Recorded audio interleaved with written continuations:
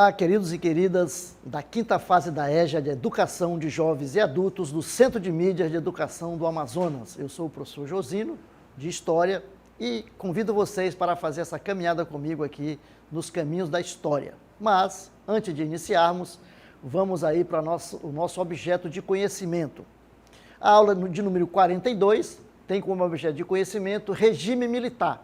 E como detalhamento nós vamos ver governo do Marechal Castelo Branco, governo Costa e Silva, governo Médici e governo Geisel. Tá bom? Vamos lá então para a nossa aula.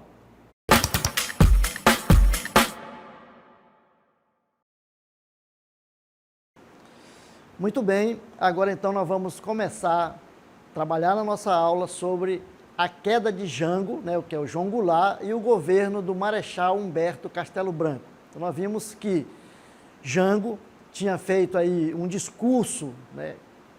Foi um discurso importante, onde ele vai pedir as reformas de base, que é reforma agrária, reforma trabalhista, né? Melhoria de salário e reforma bancária. E isso vai desagradar as elites brasileiras e também as próprias Forças Armadas. E aí, juntamente, né, as Forças Armadas com a elite dominante, vão propor e vão desenvolver um golpe de Estado. E aí vão derrubar o governo de João Goulart. Vamos lá então, veja lá. O discurso de Jango, no dia 13 de março de 1964, era uma sexta-feira 13, na Praça Mauá, Rio de Janeiro, pedindo reformas de base, despertou a fúria dos setores mais conservadores da sociedade brasileira. O chefe do Estado-Maior das Forças Armadas, general Castelo Branco, dias depois, né, de ter feito o discurso, lançou uma circular condenando abertamente o presidente da República. Imagina, né, um general enfrentando o presidente, que é o chefe das Forças Armadas, né, o comandante em chefe das Forças Armadas é o presidente da República. Então vejam lá, a oposição às propostas de reforma de Jango, então os empresários e áreas direitistas das Forças Armadas organizaram a chamada Marcha da Família com Deus pela Liberdade, que reuniu aí mais de 500 mil pessoas, juntamente com o apoio da Igreja Católica, né, dos setores mais conservadores da Igreja Católica, aí, o grupo chamado TFP, né, vai dar apoio a essa derrubada do governo. Aí no dia 31 de março de 1964, um golpe cívico-militar derruba o presidente João Goulart e o poder é ocupado por uma junta militar formada pelo general Castelo Branco, pelo brigadeiro Correia de Melo e pelo vice-almirante Augusto Randemarque, dando início a um período de 21 anos de ditadura militar. Não é isso? Vejam lá. Então, essa junta vai governar o país e vai eleger um presidente, indiretamente vai indicar o presidente que vai governar o país. Então, Castelo Branco vai assumir aí já, primeiramente já com o AI-1, que é o ato institucional número 1. Esse ato institucional é uma lei que dá direito, né, dá poder ao presidente para que ele haja de forma autoritária e sem ter que se ver com as leis. Muito bem. E aí então nós começamos o governo, os militares no poder, o governo de Castelo Branco. O Marechal Humberto Castelo Branco foi eleito numa eleição indireta em 1964, onde concorreu com Juarez Távora, Eurico Gaspar Dutra. O que é uma eleição indireta? É aquela eleição em que o presidente é indicado, né, pelo Congresso e não é eleito pela população. E aí nós tivemos o primeiro governo militar, né, da ditadura, uma ditadura que durou de 1964 até 1985, né, e já assumiu sob a égide do chamado AI-1. O AI-1 cumpriu o papel de justificar a deposição de Jango e criava mecanismos legais para a repressão aos opositores. E aí, Castelo Branco vai fortalecer o poder executivo, né, centralizando a administração no presidente. Né, o ato institucional número 1 vai dar poder ao presidente. E o governo militar demite milhares de servidores da burocracia civil e militar. O que mais fez aí o Castelo Branco? Ele cassou os direitos políticos, né, cassou os direitos políticos de 41 parlamentares. A maioria desses parlamentares eram do Partido Trabalhista Brasileiro, o PTB. Também foram cassados os mandatos de governadores, principalmente dos que não aderiram ao golpe, como, por exemplo, os governadores de Pernambuco, Sergipe e Goiás, respectivamente, Miguel Arraes, Seixas Dória e Mauro Borges. Então, esses governadores, eles não aceitaram o golpe e aí eles foram exonerados, né? Foram demitidos do seu cargo. E aí ele também colocou forte repressão aos movimentos sociais, né? E seu alvo principal foram os movimentos estudantis e os movimentos camponeses, que eram fortes nesse período aí com as chamadas ligas camponesas, né? Que eram a organização daí do campo, da zona rural, né? Então os trabalhadores se organizavam e lutavam aí por reforma agrária e por condições de vida. E aí nós vamos ver alguns atos institucionais que também foram sendo instituídos para fortalecer ainda mais a repressão e o poder, né, do presidente. Nós temos aí o ato institucional número 2, né, foi instituído no final de 1965 e fortaleceu ainda mais o poder executivo e decretou que a escolha do presidente da República seria feita por eleições indiretas. Então, a partir daí, a partir desse momento, todos os presidentes da República seriam escolhidos indiretamente pelo Congresso. Não é isso? Então, aí o ato institucional número 2. O ato institucional número 3, ele foi instituído em fevereiro de 1966, e estipulou o bipartidarismo, né, com o surgimento da ARENA, que é a Aliança Renovadora Nacional, que era o partido que representava o poder, que representava aqueles que estavam no poder, representava a ditadura, e o MDB, Movimento Democrático Brasileiro, que era como que uma oposição consentida, porque os dois partidos foram criados pela ditadura. Então, um para fazer oposição, então chamado de oposição consentida. Depois, nós temos aí o ato institucional número 4. Esse ato autorizou a redação de uma nova Constituição para o Brasil, que foi outorgada em março de 1967. Certo? Vejam lá, mais uma vez, essa palavra que vem aí, outorgado. Né? O que é o outorgado? Quando ela é imposta, Constituição imposta aos brasileiros, certo? Muito bem. E ainda, essa Constituição, esse ato institucional número 4, cria o Serviço Nacional de Informação, o chamado SNI, né? E da Lei de Segurança Nacional. O SNI, ele é um sistema de informação que as pessoas eram vigiadas. O governo, né, o regime militar, escolhia pessoas nos municípios, nos estados, que eram pagas pelo sistema, né, pelo regime, e que bisbilhotava a vida das pessoas. Então, se eles achavam que aquela pessoa era contra os sistemas, eles mandavam aí o nome da pessoa. Eles estavam presentes, por exemplo, nas salas de aula, o professor estava dando aula, tinha alguém sentado lá atrás, matriculado, que era do SNI, se o professor falasse alguma coisa que ele não gostasse, ou que ele achasse que estava sendo falado contra o sistema, ou contra o regime, eles iam lá, deduravam e a pessoa era sumariamente presa. É isso? Então, aí nós temos os atos institucionais, depois nós vamos ter mais um ato que é o pior deles, que é o ato institucional número 5, mas fica para daqui a pouco. Tá bom? E aí nós vamos ver o governo de Castelo Branco a política econômica, não é isso? Caracterizou-se por uma política de austeridade, visando controlar a inflação e combater o endividamento público. Para isso eles criaram, ou ele criou, o chamado PAEG, Plano de Ação Econômica do Governo. E também foi criada a chamada Lei de Greve, o que tornava impossível a realização de greve no país. Então, como que eles queriam essa austeridade, né, para combater a inflação? Tirando o salário, né,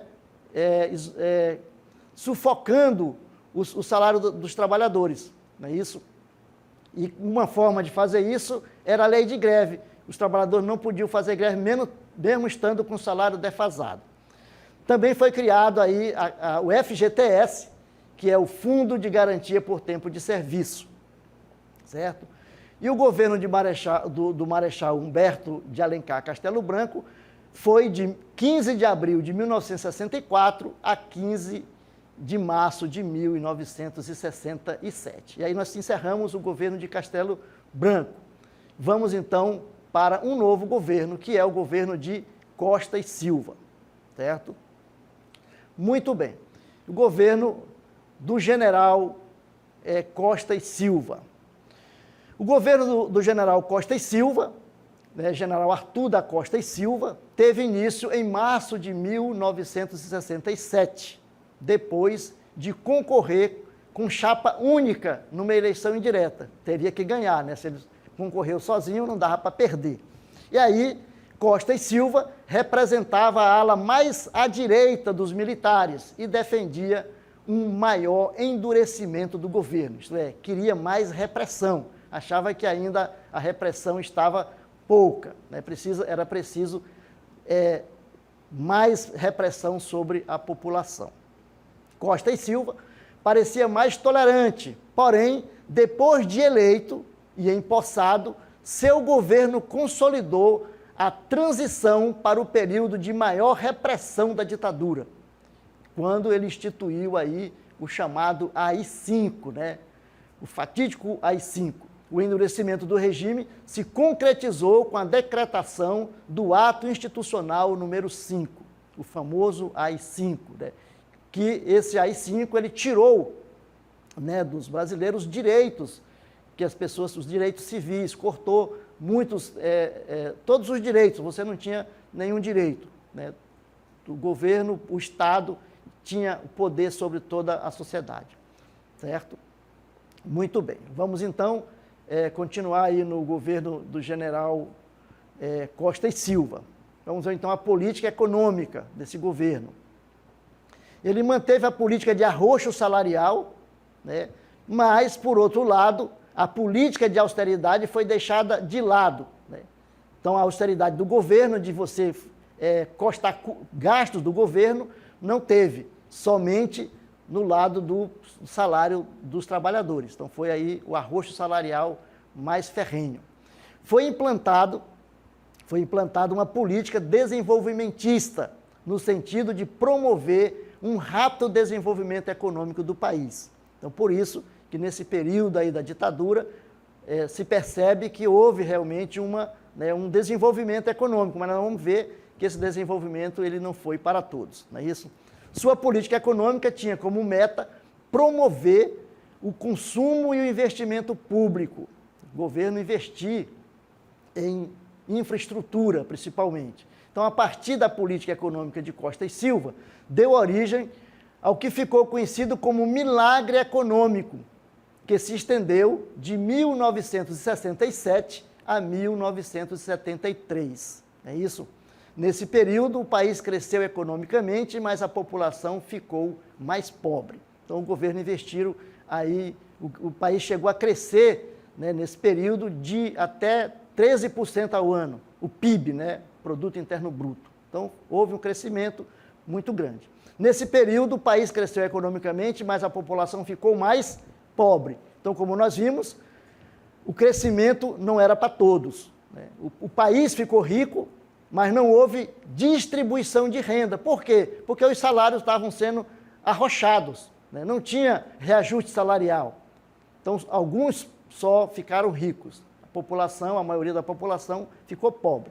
Então, Arthur da Costa e Silva governou o país de 1967 a 1969, quando deixou o poder por motivo de doenças. E aí, no seu lugar, né, nós vamos ter aí um novo presidente.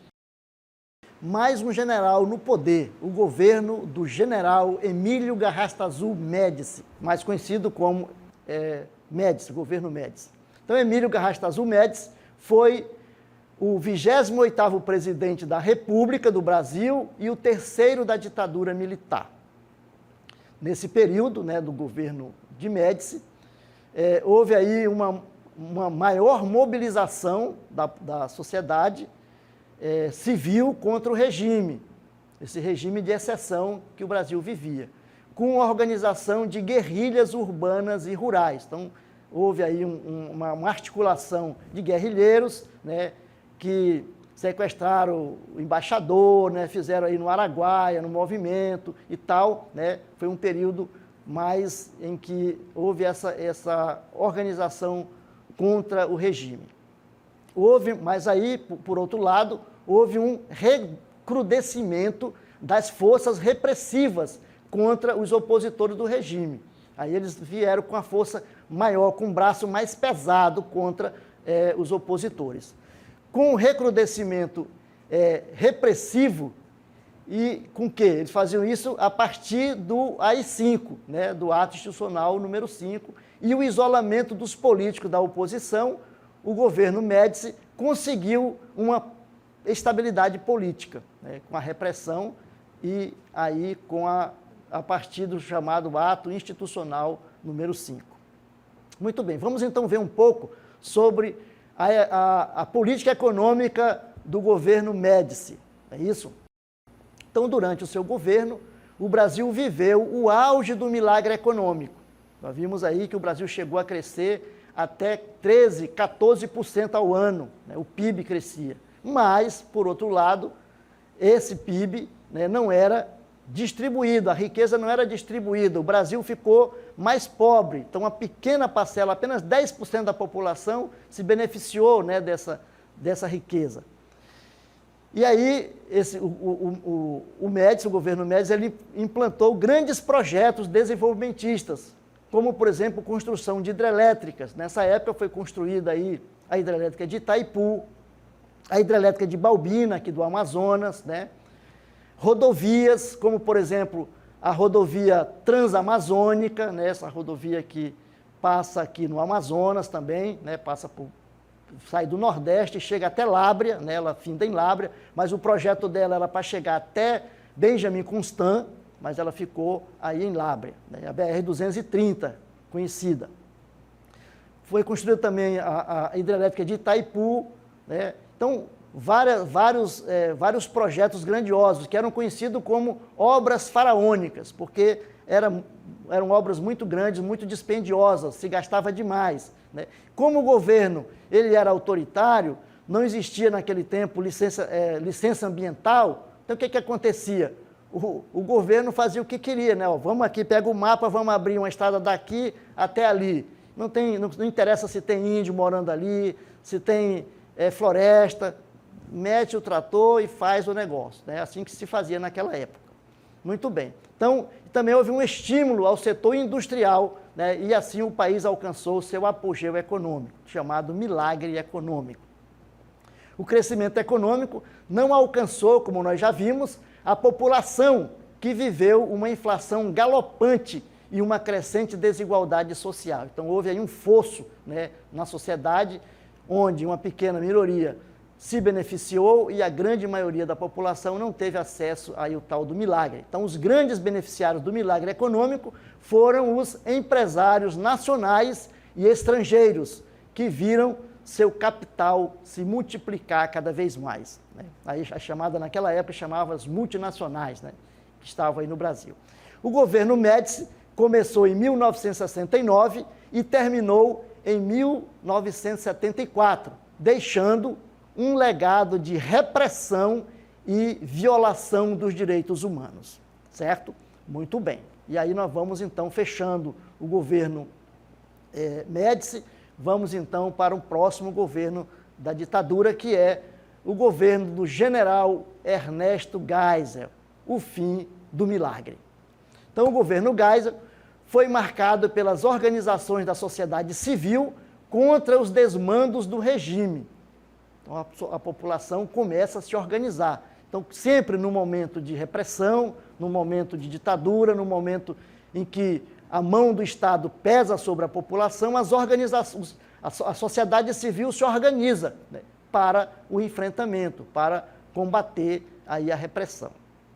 O período do seu governo é conhecido por uma relativa abertura política. Ele vai, então, afrouxar aí a repressão, né? Mas não significa dizer que não tenha a repressão ainda, né?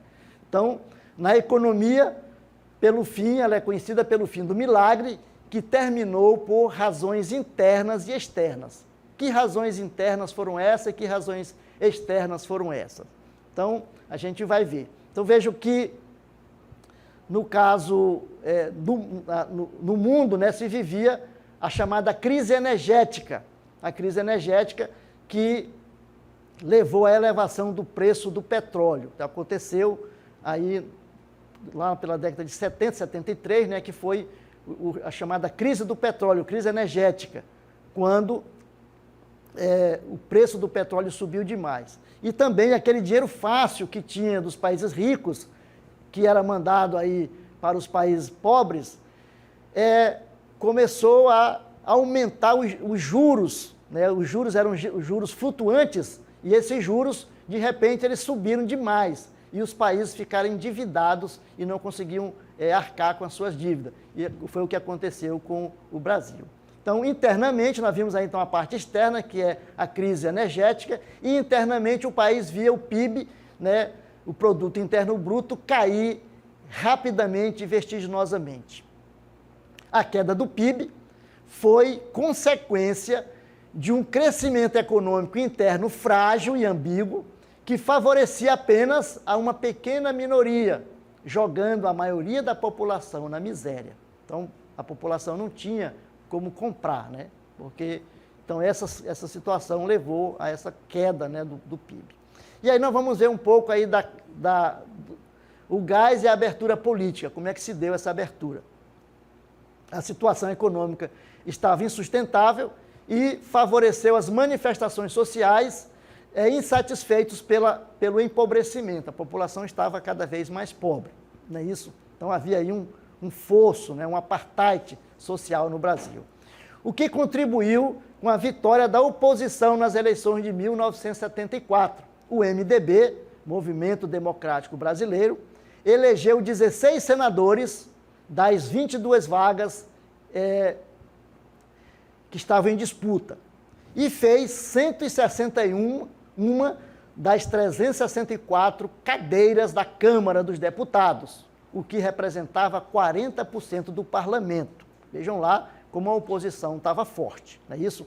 Então, a pressão dos movimentos sociais e políticos levaram o presidente Geisel a iniciar o processo de contenção daqueles que ainda se utilizavam do aparelho repressivo. Foi começando, então, a frear. E o que acelerou esse processo foi a morte do jornalista Vladimir Herzog nas dependências da OBAN, Operação Bandeirantes, órgão ligado ao 2º Exército e sediado em São Paulo, aí onde se faziam as torturas, né, as prisões e tal. Geisel mostra sua força pessoal, demitindo o general Ednardo Dávila Souza Melo, que era o comandante do 2º Exército.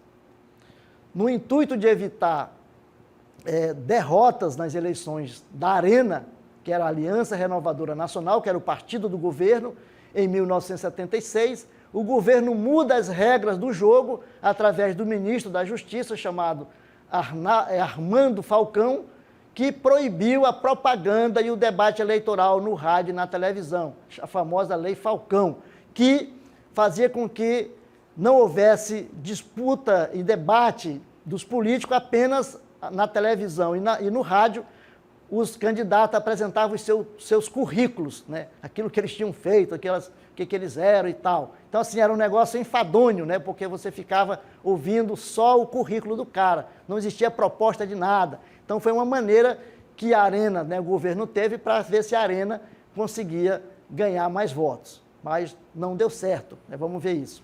O governo baixou o pacote de abril, em 1977, que determinava o seguinte: primeiro, composição de 1/3 do Senado por eleições indiretas, e instituiu-se o chamado senador biônico. Professor, o que é senador biônico? Estava na moda naquele tempo, né, o ciborgue, né, que era o biônico, e aí tinha um desenho animado aí sobre a questão que era biônico. E aí, esses senadores biônicos, eles não precisavam de voto, eles eram indicados pelo governo, né? Vejam lá como eles vão fazendo as artimanhas para ganhar, né, mais deputados e mais senadores, então, famosos senadores biônicos. Houve também o chamado aumento da repressão dos pequenos estados, a representação dos pequenos estados, onde a Arena tinha maior força. Então, naqueles locais em que a Arena tinha maior força, eles elegiam mais deputados, mais senadores. Então, veja como que as coisas são feitas, são armadas, né? E também foi estipulado um mandato presidencial de 6 anos, certo? Então, aí, tudo aquilo que aconteceu aí no governo Geisel. E a política econômica do governo Geisel, como é que foi? Vamos lá? Ele criou o segundo Plano Nacional de Desenvolvimento, programa desenvolvimentista e anti-inflacionário, né? Isso aí vai dar início da construção da usina hidrelétrica de Itaipu, né? A maior usina hidrelétrica do mundo na época, né? O acordo, foi feito também um acordo nuclear Brasil-Alemanha, com a criação e também a criação do chamado Proálcool, que é o Programa Nacional do Álcool. Aí, nuclear, nós temos as usinas Angra 1 e Angra 2, né, no Rio de Janeiro. E a inflação continuou alta, derrubando o poder aquisitivo dos trabalhadores. Então, não foi muito, não deu certo aí as políticas dos militares, que vão levar o país a um buraco enorme, que nós vamos sair depois, posteriormente, mas isso fica para uma outra aula. A gente fica por aqui.